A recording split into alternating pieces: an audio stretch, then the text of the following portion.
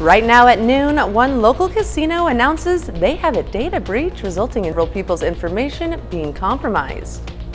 And cold temperatures have returned to the 4 states, and it is just bitterly cold out there today. We'll take a look at that forecast coming up. Plus, it's crunch time for candidates in New Hampshire. Each GOP hopeful is making multiple campaign stops today to deliver last-minute pitches to Republicans and independent voters alike. The 4 states' most watched news starts now. Good afternoon, and thank you for joining us on KOAM News at Noon. I'm Caitlin O'Shaughnessy. Today's freezing temperatures are causing many in the 4 states to hunker down and shelter inside. So we'll begin this broadcast with Chris Warner in the Skywatch Weather Center. Chris, how long do we have to endure these Arctic conditions? Well, the good news, Caitlin, is we don't have to endure them for more than just a couple more days. However, it's going to feel like the longest couple of days that we've experienced, well, at least since the beginning of this week. We had a cold front pass through last night, brought those temperatures down rapidly out there. We've got a few clouds on the Skywatch Storm Tracker.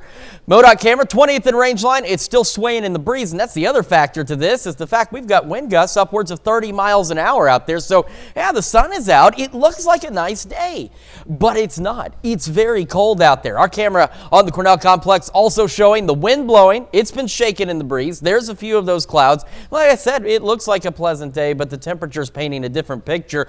And we also have these wind chill advisories across the area running until 10 o'clock tomorrow morning down in Oklahoma and Arkansas, and until noon in southwest Missouri, parts of southeast Kansas, and until 11 o'clock tomorrow morning for the rest of southeast Kansas. We made it yesterday, was a relatively average day. We started at 25, right where we should be, made it to 42, so only a couple of degrees off of average. Today, on the other hand, nowhere near that. We are at 13 in Joplin, 12 in Pittsburgh right now. Temperatures around the region holding out in the low teens as we head into our Friday afternoon, with wind chills out there well below that, and some of us below zero still. We're going to take a complete look at that forecast because, as I promised, this cold weather, it's just today, tomorrow, and into Sunday. And then it's going to change for the better. We'll have a full look at that forecast here in just a few more minutes, but just hang on. All right, we will. We're going to make it. Bundle up. Well, now we're going to go live to the Joplin Walmart on West 7th Street, where the Oscar Mayer Wiener has just pulled into town. Here you'll see the 27-foot-long hot dog on wheels. The iconic Wienermobile has been delighting children and adults since it was first created back in 1936. Appearing during the Great Depression and first touring parades, grocery stores, and hospitals in Chicago before expanding to tours across the country. The Oscar Mayer Wienermobile will be in Joplin from January 19th to the 21st. They will be heading out Wienermobilia, including the iconic Wiener whistle, and playing fun games for all to enjoy. For a list of locations and times, head over to our website at koamnewsnow.com. And operations at the Jasper County Courthouse grinded to a halt Wednesday night after a pipe burst and flooding happened in the building. County officials say that the rupture went unnoticed for a prolonged period of time. The fire and sheriff's departments both responded, and a county official says when they arrived, they found ankle-deep water in the road. Crews quickly shut off both the water and power to the building. Offices on the 3rd, 2nd, and 1st floors have extensive damage. ServPro workers arrived within an hour of first responders and began clearing the damage. The workers were also at the courthouse most of yesterday. We can't do anything until we put it all back together again. That's going to take a little bit of time here in Carthage, and we'll proceed with that as soon as we can. But this is the morning after. We're still sorting through some of this stuff. Already talked to a contractor, already talked to our IT people, already talked to our furniture people. We've had discussions already, but we're just not there yet. And people seeking to visit with the assessors or collectors' offices will be unable to do so until early next week, and will have to visit the Joplin office once power to the server is restored. Indigo Sky Casino in Wyandotte, Oklahoma notifies victims of a data breach incident. The casino says it learned about the breach on December 1st. The breach included employees' personal information, including names, driver's license numbers, social security numbers, and medical information, as well as some patron information. Indigo Sky has since taken steps to secure their systems and notify law enforcement. And Leggett and Plant is restructuring, expecting to eliminate 900 to 1,100 jobs and close at least 15 facilities. The manufacturing company, headquartered in Carthage, produces components for use in bedding, furniture, airplanes, and vehicles. The company approved a restructuring plan, but has not yet said what specific facilities will close. And at the start of January, the Corporate Transparency Act went into effect, meaning small businesses must report financial records to the Financial Crimes Enforcement Network. The purpose? To help prevent money laundering. A Webb City Tax Service and the Carthage Chamber of Commerce believe a lot of local businesses aren't aware of the change. Businesses have until January 1st, 2025 to make sure records are filed. But if they miss the deadline, the consequences could be costly. There are civil penalties. It's $500 a day that you're in non-compliance. There are criminal penalties up to 2 years imprisonment and up to a $10,000 fine. And the federal government is offering webinars and other information to help business owners navigate the new rules. Local schools are seeing students for the first time since the winter weather hit the 4 states. While some districts use snow days, others also took advantage of AMI days. AMI stands for Alternative Method of Instruction, which means that students are studying from home. Carthage schools, for example, had 1 snow day and used 2 AMI days. Well, I think the concept was born during the pandemic, but I also think that just now that the technology is there for a lot of schools and that kids have the ability to learn from home, virtually, I think that it's an opportunity now that the state has implemented. If it's too cold outside, I don't like staying out there for very long, so it's nice to have something to come inside and do when you're not outside doing stuff. But not every district in the area used AMI days. Carl Junction schools, for example, chose not to use them. We tried reaching out to that district, but they were not available for an interview. And that's a look at today's top stories and weather in our first 7 minutes. Up next on KOAM News at Noon. Several nonprofits were impacted by the winter storm, causing them to cancel food giveaways. So, with the increase in calls for help, Arkansas Food Bank steps up to try to meet the need. And later, we're making speckled brookie bars in the Mr. Food Test Kitchen. Stay tuned. Arkansas is the nation's leader regarding food insecurity, and on top of that, this week's winter forced many hourly workers to lose income with businesses closing.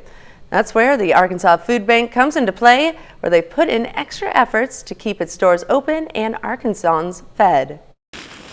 During major winter events like the one we just had, running to the grocery store to stock up on food is a winter weather routine, but not everyone has that luxury. So it's up to our partners to try to figure out, how do we make sure that they're receiving this food and what does that look like? Several nonprofits were impacted by the winter storm, causing them to cancel food giveaways. So with the increase in calls for help, Arkansas Food Bank stepped up to try to meet the need. We were able to get a lot of our pantries rescheduled for their deliveries and pickups and kind of get that into the hands of the community. According to Sherry Jones, the Chief Programs Officer, food insecurity tends to increase during the inclement weather. We're going to have families that have lost income during this time frame that may not necessarily be able to go to the grocery store to purchase food now because they've lost, 2-3 days of, wages. And with the kids being out of school, anytime that happens, to ensure that they have the snacks that they want and, different foods that they need during this time frame. Even with the food bank trying to prepare for the weather, the increase in demand can be hard to match. We're going to need an increase in what we're, pushing out into the community. So we're going to encourage everyone to really think about that and donate those food, monetary if they can. And the New Hampshire primary is Tuesday, and the leading Republican candidates are all campaigning in the Granite State. Each GOP hopeful is making multiple campaign stops today to deliver last-minute pitches to Republican and independent voters alike. Natalie Brand has more details from Washington. It's crunch time for candidates in the Granite State. I hear you're running again. Former UN Ambassador Nikki Haley got an early start Friday, mingling with voters at a coffee shop, hoping that New Hampshire solidifies her place as the alternative to former President Trump. DeSantis and Trump are way out for me. They were never in. They were actually never in. Mary Ellen Molyneux showed up to hear from Haley. New Hampshire allows independents to vote in the primary, and she's considering changing her registration to be able to participate. I'm close to feeling confident about her in terms of my vote. I'm a registered Democrat, but I feel like I will change my party to independent. Trump railed against New Hampshire's rules on Fox News' Hannity show, saying it artificially props up Haley. They're going to vote for her because they don't want to run against me. They want to run against her. George Washington University professor Todd Belt says allowing independents to vote in the primary better reflects who's more electable in November. It's not a perfect picture of America, but it's a closer picture than Iowa. What's at stake in New Hampshire? Whether or not Nikki Haley can really pull away. I think that if we see Donald Trump come in below 50%, then that's going to indicate that there's a lot of Republicans who are looking for someone else. Meanwhile, Florida Governor Ron DeSantis is in New Hampshire today. Hello, South Carolina! But he shifted resources to South Carolina, where he'll campaign this weekend. Natalie Brandt, CBS News, Washington. New Hampshire's Secretary of State says more than 4,000 Democrats switched their party affiliation to undeclared or Republican ahead of next week's primary. Still to come on KOAM News at Noon, we see what's cooking with Mr. Food. Can't decide whether you'd rather have a brownie or a chocolate chip cookie? Don't worry, we've got just the thing to solve that dilemma. But first, as we discussed earlier, a warm-up is on the way. We'll talk about when that's going to get here and what kind of rain chances we're looking at when we come back.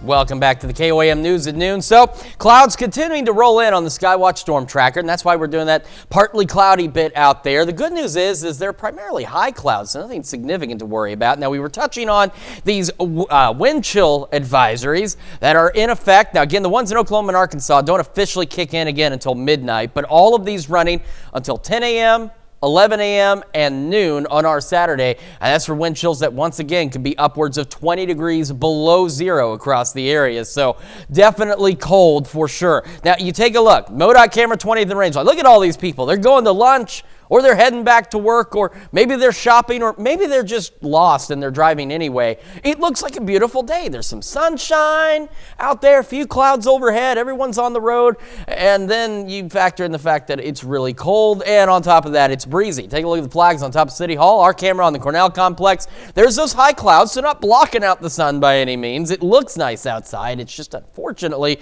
it's still January, and it's still quite cold. KDOT camera just south of Pittsburgh on 69. That sign says it all. Wind chill advisory, and of course for help, dial star 47 for the Highway Patrol. Essential information, especially when we had snow-covered highways out there. If you were off in a ditch, that's who you need to call. All right, in Joplin right now, despite how nice it looks, it is 13 degrees. It feels like 1 below zero with a northwest wind at 12, but we've been watching these cameras rock back and forth, so we know those gusts are pushing upwards of 30 at times. It is 12 in Pittsburgh. Feels like 2 above. Not that that makes a difference, but it's at least on the plus side for now. Northwest breeze at 7. Temperatures around the area, most of us sitting in the low teens out there, and even some mid-teens here and there. So 14 Neodesha, 13 in Chanute, 13 Lamar, Nevada, 12 in Fort Scott. And again, we have this odd temperature anomaly that shows up every so often on this map. But we got 12 in Neosho, 10 in Veneta. Then you factor in the wind, temperature anomaly or not, and we are, most of us, if not all of us, wind chills below zero out there, upwards of 10 degrees below zero. So the sunshine and the slightly warmer temperatures help, but as we head back into tonight and into the overnight hours, those wind chills will fall back down to about 20 below zero. Take a look at this. Grove, Miami, Welch, Veneta, more than 30 degrees colder now than where we were yesterday. And yesterday we showed you this, and it was bright oranges and summer-like colors because we were about 20 degrees warmer than the day prior to that. So we have dropped significantly in the last 24 hours, and that's why it's so darn cold. 19 today for our high. Those wind chills 10 to 20 below with the northwest breeze gusting upwards of 30. Believe it or not, we're going to go mostly clear tonight. Still cold, winds gusting upwards of 20. Overnight low right around 6. And as we head into tomorrow, still chilly wind chills up to 15 below. Temperatures low 20s, so a little better under partly cloudy skies. Heading down the road, We go into our Sunday, still cold, so that's day 3 of the colder temperatures as we go mid-30s. Then we head into next week. Take a look at those temperatures, getting into the 40s, upper 40s. We could even potentially be pushing the 50s as we head into next weekend. And all we have to do for those warm temperatures is trade them off for some rain chances. But honestly, we still need the rain here around the area, so I'm not going to complain about getting much needed rain and much needed warmer temperatures out I'll take the warmer temperatures. Absolutely. All right. Well, stick around because we're making speckled brookie bars in the Mr. Food Test Kitchen. We'll be right back. It's time to check in with Howard in the Mr. Food Test Kitchen. Today he's making speckled brookie bars. Take a look. I've got a question for you. Are you more of a brownie or a chocolate chip cookie kind of person? Over the last couple of weeks, I've asked the same question to a bunch of my friends, and about half of them were pretty decisive that they liked one over the other. But there were others who couldn't choose. They like both. If you're on the fence, then you're going to love today's recipe. It's a dessert that's part cookie and part brownie, and it goes together like this. The first thing we do is prepare a box of brownie mix according to the package directions. Then pour half the batter into a 9x13 pan.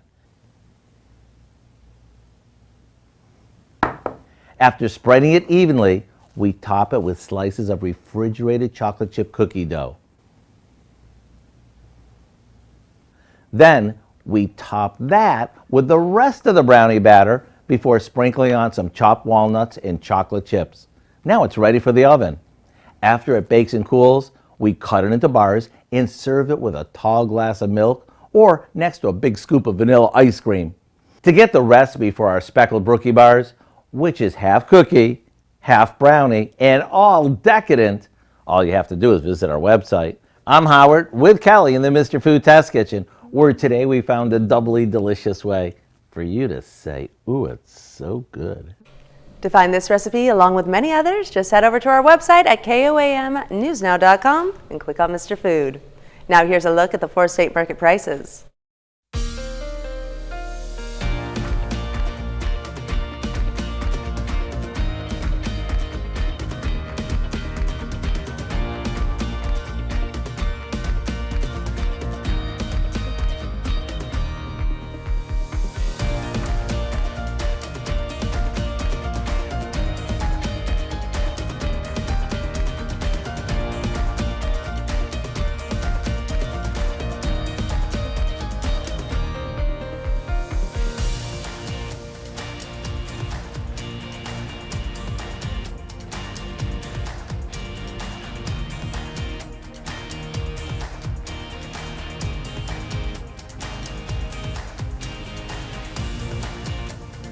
All right, so again, cold today, tomorrow, and Sunday. Wind chill advisories through Saturday.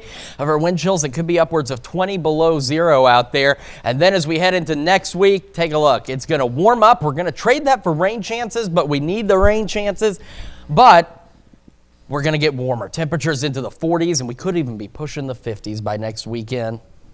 Should be great. I can't wait. Well, coming up tonight at 5, a new Justice Department report highlights serious failures by law enforcement in the 2022 mass shooting at an elementary school in Uvalde, Texas.